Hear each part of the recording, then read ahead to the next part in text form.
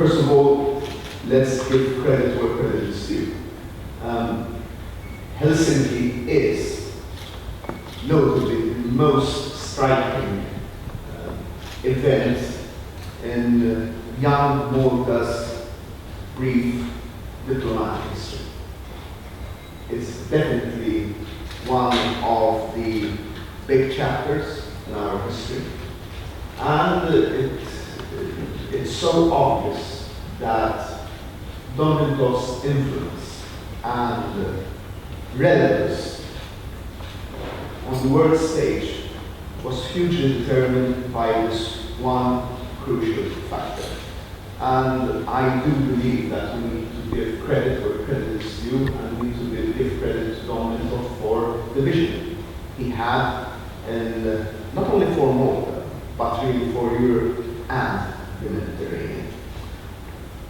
I do believe that as any statesman whose influence on a society has protracted for more than half a century, it would be dismissive to categorize Mintov in a caricature-like manner of black or white.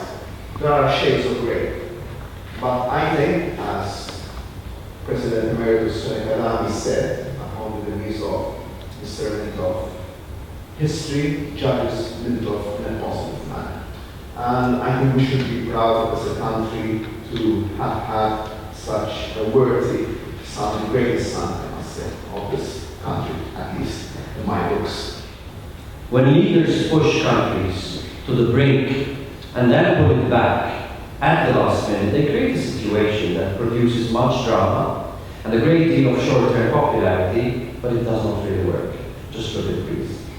Hopefully tomorrow we will have good news, and the Prime Minister has some news, good news in that respect for us to share, but let's hope for the best, because the option of Greece failing is just too hard to bear. This week, together with the Greek crisis and the peril of Greek default, we have news also, as I'm sure you followed, of the Chinese stock market crashing, possibly leading to a downturn in the Chinese economy that would affect the entire world. This is a matter of concern as well. Another long-standing challenge in the Mediterranean, just close to us, is Cyprus, still a divided country after 41 years. Yes, even before the Helsinki Accord was signed. It is a huge challenge in the Mediterranean, with a wave that envelopes Europe from North Africa and Syria. We Maltese are leading the debate on the European Union platform. We are telling other European states that not being in the Mediterranean does not exonerate you from responsibility in facing the challenge of migration. To my mind, it is very disappointing that the European Council in its latest summit, specifically about immigration, did not arrive at a mandatory solution that we have long been working for, one government after another. We have conceived the concept of peace and security in Europe without the active inclusion of the Mediterranean countries. Furthermore, quite short-sightedly, they would not have envisaged that, as Mr. Mintov has accentuated quite forcibly, peace and security in Europe could not have been possible without peace and security in the Mediterranean.